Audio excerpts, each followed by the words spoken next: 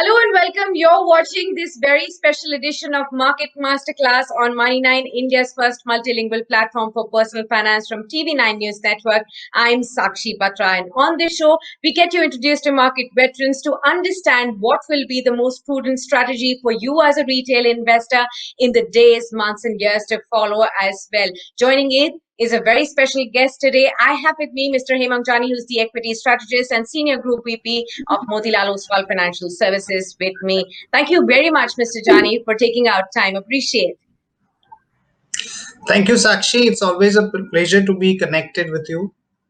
Thank you so much, sir. Let me just first begin by understanding from you, from the plethora of experience that you have. Most of our viewers would want to really understand from you how should they really approach the markets currently. Now, we have already seen a stellar run in an extraordinary year of 2020. The financial year 2021 closed with about 70% gains for the benchmark indices, the Sensex and the Nifty.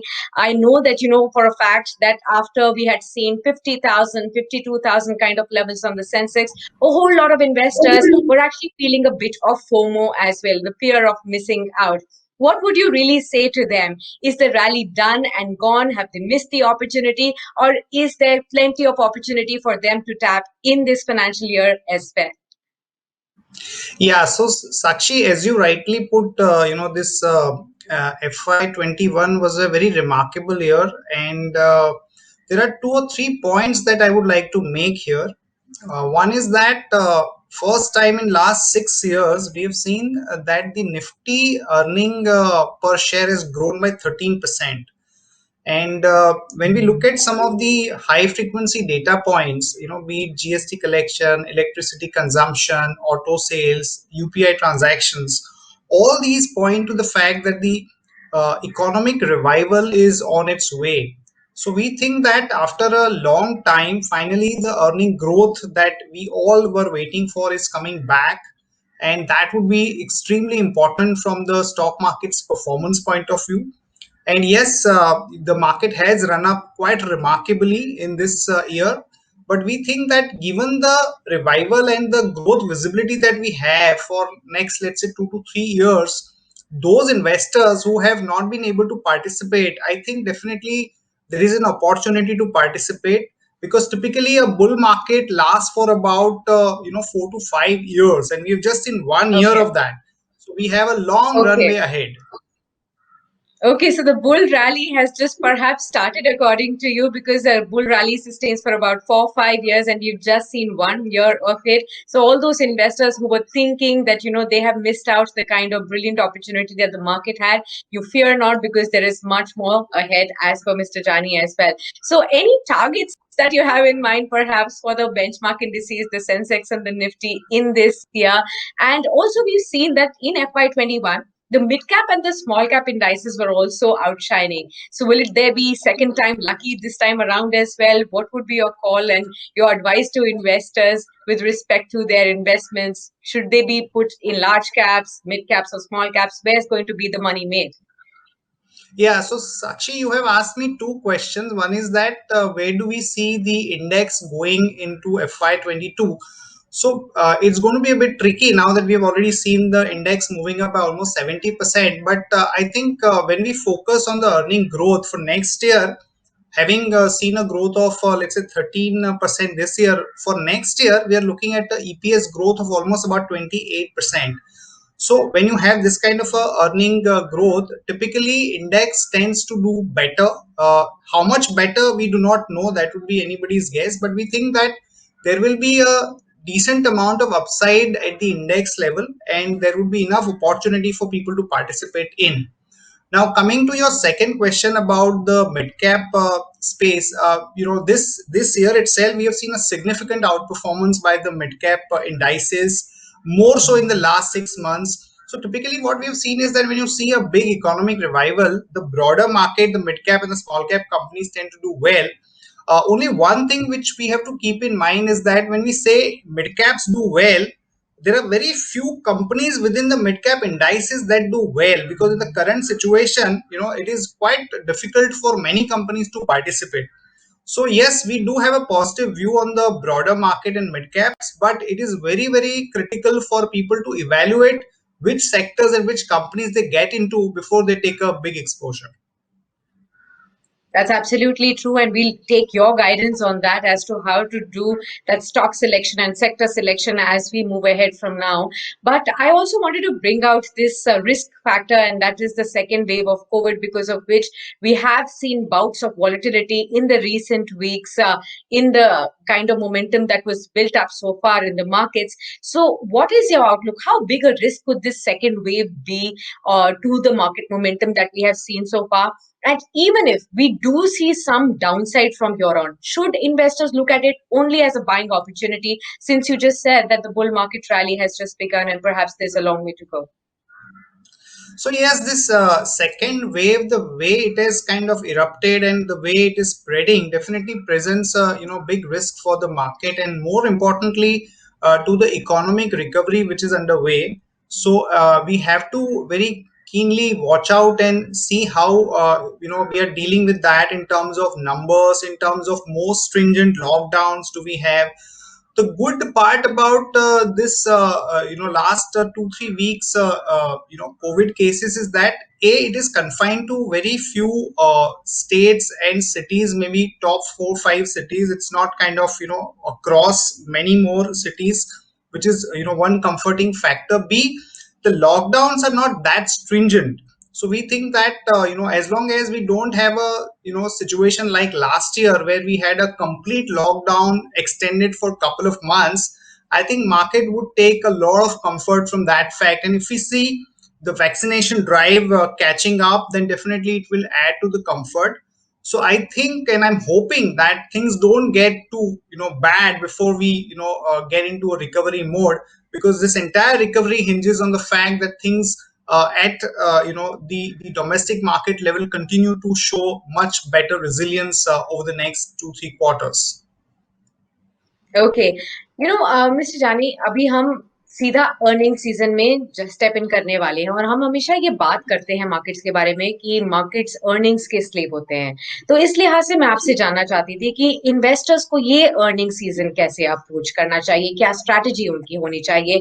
और साथ ही दूसरा part of my question would be कि already हमने markets में जो run up देख लिया है वैल्यूएशंस के लिहाज से, क्या आपको लगता है कि अगर अर्निंग्स अब बहुत बेहतरीन भी हुई, उम्मीद से बेहतर भी हुई, तो भी कोई एक लिमिटेड रूम ही होगा अपसाइड का, जो स्टॉक्स ऊपर जा पाएंगे डिस्पाइट द फैक्ट कि वो काफी अच्छे अर्निंग्स पोस्ट करे, या फिर आपका कुछ और व्यू होगा यहाँ? साक्षी, हमने ये क्वार्टर में जो अभी अर्निंग सीजन जो चालू होगा, ये तीसरा क्वार्टर होगा जहां पे कि हम काफी अच्छा एक रिवाइवल देखेंगे। और अपग्रेड्स, सबसे ज्यादा इंपॉर्टेंट बात क्या होती है कि क्वार्टरली नंबर्स अच्छे आते हैं, पर उसके बाद वाले क्वार्टर में अपग्रेड्स आ रहे हैं कि नहीं, वो ज्यादा क्रिटिकल होता है। तो पास 2 क्वार्टर में हमने देखा था कि नंबर्स भी अच्छे आए थे, और उसके बाद में पूरे साल का हमने अपग्रेड्स भी देखा था। तो हमारा जो असेसमेंट है वो ये है कि ये साल के अंदर अर्निंग 13% का ग्रोथ होगा, और अगले साल के अंदर भी काफी अच्छा ग्रोथ विजिबिलिटी है। और दूसरा बात ये था कि ये जो सारा सेक्टर है उसपे, वो कौन से सेक्टर में सबसे बड़ा ग्रोथ है वो एक जानना क्रिटिकल होता है। तो हमारे हिसाब से मेटल्स, सीमेंट, हेल्थ केयर और auto, and to some extent IT, ये 4 5 सेक्टर्स जो है उसमें सबसे ज्यादा ग्रोथ है। तो जितना भी ग्रोथ है उसका 70% contribution is coming from this 4 to 5 sectors. तो ये सेक्टर्स को ध्यान में रख के हमें इन्वेस्टमेंट की एक स्ट्रेटेजी बनानी चाहिए। और दूसरा, आपने पूछा कि क्या ये जो अच्छे नंबर्स वैल्यूएशंस में कैप्चर हो गए हैं या उसमें कोई स्कोप है। तो जब हम जी। अर्निंग रिवाइवल के फेस में होते हैं साक्षी, तो उसमें छोटे मोटे करेक्शंस तो आते हैं, पर बड़े करेक्शंस नहीं आते। तो हमने अब तक ऐसा कोई बड़ा करेक्शन देखा नहीं है। तो मैं समझता हूँ कि ये अर्निंग की अपग्रेड साइकिल है वो 2 3 साल लगातार जारी रहेगी, और उसके हिसाब से मार्केट में हमें इन्वेस्टमेंट की स्ट्रेटेजी बनानी चाहिए। जी, आपने काफ़ी सारे सेक्टर्स की बात की जहाँ पर अर्निंग्स के लिहाज से इन्वेस्टर्स को फ़ोकस करना चाहिए। आपने सीमेंट्स बताया, मेटल्स बताया, ऑटो बताया, इन सभी सेक्टर्स की तो बात अच्छी है, लेकिन आपने बैंकिंग सेक्टर के बारे में अभी व्यू नहीं दिया है। तो उसके बारे में भी जान लेते हैं क्योंकि अभी तक हमने जो देखा है, जब 2020 में रैली हुई थी तो बैंकिंग स्टॉक्स ने काफ़ी अच्छा परफ़ॉर्म किया था। हालाँकि पिछले 1 महीने में थोड़ा अंडर परफ़ॉर्मेंस यहाँ रहा है, लेकिन आगे जाते हुए किस तरीके से बैंकिंग स्टॉक्स में, निफ्टी बैंक में क्या स्ट्रैटेजी इन्वेस्टर्स को रखनी चाहिए? क्या ये स्टॉक्स आगे जाते हुए बुल रैली में पार्टिसिपेट और कर सकते हैं? सी बिल्कुल, बैंकिंग एंड फाइनेंशियल सर्विसेज एक बहुत इंपॉर्टेंट सेक्टर है, उसका 35% वेट है इंडेक्स के अंदर। और काफी अच्छे परफॉर्मेंसेज हमने देखे हैं पिछले 2 क्वार्टर में। लोगों को कंसर्न्स थे कि ये कोविड के चलते हुए किस तरह के एनपीएल आएंगे, बट बाय एंड लार्ज ये सेक्टर में काफी हमने अच्छा परफॉर्मेंस देखा है। ये क्वार्टर में भी अच्छा परफॉर्म करेगा। ये एक हाई बीटा सेक्टर है, तो जब मार्केट में वॉलेटिलिटी होगी तो उसकी अंडर परफॉर्मेंस हो सकती है, but definitely we have a positive view on the sector and particularly names like ICICI bank, State Bank of India, छोटे जो बैंक है, फेडरल बैंक हो गया, एयू बैंक हो गया, एनबीएफसी हो गई जैसे चोला फाइनेंस है, श्रीराम ट्रांसपोर्ट फाइनेंस है। ये कंपनीज में डेफिनेटली एक अच्छा एक्सपोजर इन्वेस्टर्स को लेना चाहिए। ये रणनीति भी समझनी बहुत ज़रूरी है सभी इन्वेस्टर्स को कि जो निवेशक अभी इस फाइनेंशियल ईयर में पहली बार मार्केट्स में आ रहे हैं, क्या सही तरीका है उनके लिए मार्केट्स में निवेश करने के लिए, इन सेक्टर्स और पर्टिकुलर स्टॉक्स में? अगर वो एक नया पोर्टफोलियो बना रहे हैं, तो क्या आप सजेस्ट करेंगे कि वो एक सिप स्ट्रैटेजी अडॉप्ट करें स्टॉक्स के लिए या फिर सिर्फ क्वालिटी नेम्स, लार्ज नेम्स को अपने पोर्टफोलियो का पार्ट बना लें, इंडेक्स के फंड्स के ज़रिए शुरुआत करें? क्या आपकी एडवाइस रहेगी यहाँ पर? सो साक्षी, जो नए इन्वेस्टर्स जो हमने देखा कि पिछले 1 साल में बहुत बड़ी मात्रा में आ रहे हैं, और हर एक का अपना एक स्टाइल होता है, हर एक का अपना एक प्रेफरेंस होता है। तो ऐसा कोई एक स्टैंडर्ड एडवाइस तो मैं नहीं दे सकता, पर मैं ये जरूर कहूंगा कि ये इस पे निर्भर करेगा कि आपके पास कितना टाइम है, आप कितना इन्वॉल्व होना चाहते हो, और आपकी नॉलेज और स्किल सेट कितनी है। उसके हिसाब से आपको डिसाइड करना चाहिए कि आप खुद उसको मैनेज करोगे या फिर आपको कोई म्यूचुअल फंड के थ्रू करना चाहिए या कोई ईटीएफ में करना चाहिए। एक बहुत प्रैक्टिकल और अच्छा एडवाइस मैं ये दे सकता हूँ कि काफी सारे जो हमारे इन्वेस्टर्स हैं वो म्यूचुअल फंड के थ्रू इन्वेस्ट करते हैं, और अभी लास्ट 1 ईयर में हमने देखा है कि काफी सारे जो म्यूचुअल फंड्स हैं उन्होंने बेंचमार्क को बीट नहीं किया है। I think more than 90% of the mutual funds have not been able to beat the benchmark, whereas they are paying a very heavy charge of about 2.5 to 3%। तो वो investors के लिए ईटीएफ, आइदर निफ्टी और sector specific ETF, वो एक बहुत अच्छा option है। वहां पे आपके चार्जेस भी कम है, लगभग 1.5%, और निफ्टी काफी अच्छा परफॉर्म कर रही है और आगे चल के भी करेगी। तो ये एक बहुत ही अच्छा ऑप्शन इन्वेस्टर्स के लिए हो सकता है। ओके, तो ईटीएफ्स के जरिए आप बेहतर परफॉर्मेंस के जो स्टॉक्स हैं उनको अपने पोर्टफोलियो का पार्ट बना सकते हैं। एक अच्छा तरीका हो सकता है। बहुत ही अच्छी एडवाइस और प्रैक्टिकल एडवाइस यहाँ पर मिस्टर जानी आपने दी है। लेकिन हम एसेट एलोकेशन की बात कर ही रहे हैं तो इसको थोड़ा एक स्टेप और आगे लेके जाते हैं और आपका व्यू यहाँ पर चाहेंगे कि जो नए निवेशक हैं जो अभी स्टार्ट कर रहे हैं, तो माना हमने कि इक्विटी ने बहुत ही अच्छा परफॉर्म किया है और सभी लोग इक्विटी में निवेश करना चाहते हैं, चाहे एक्टिवली चाहे पैसिवली, बहुत सारे तरीकों से। लेकिन बाकी सब पोर्टफोलियोज को भी देखें या एसेट्स को भी देखें, गोल्ड को देखें, रियल एस्टेट को देखें और इक्विटीज, इन सभी का मिश्रण जो है, क्या सही मिश्रण होना चाहिए according to you for a new investor investing in markets in FY 22? Sakshi, इसका कोई फिक्स्ड थंब रूल या फॉर्मूला तो नहीं है, पर मैं ये जरूर कहूंगा कि अगले 3 से 5 साल के अंदर जो इक्विटी है उसमें सबसे ज्यादा एक्सपोजर होना चाहिए। One can look at having 60 to 70% exposure into equity, particularly जो नए इन्वेस्टर्स है, जो यंग है, जिनका इनकम साइकिल काफी लंबा रहेगा। और जो गोल्ड में आप अबाउट 5 to 10% का एक्सपोजर ले सकते हैं, और बाकी का जो बचा है लगभग 25% उसमें आप डेट में जा सकते हो अराउंड 15-20%, और कुछ कंपोनेंट लिक्विड में भी रखना चाहिए, बिकॉज लिक्विडिटी हम रखेंगे तो जब भी मार्केट में अपॉर्चुनिटीज आएंगी, करेक्शंस आएंगे, तो उसका हम डिप्लॉय मार्केट में कर सकते हैं। तो ये एक ब्रॉड फ्रेमवर्क जो है वो लेके इन्वेस्टर्स चल सकते हैं।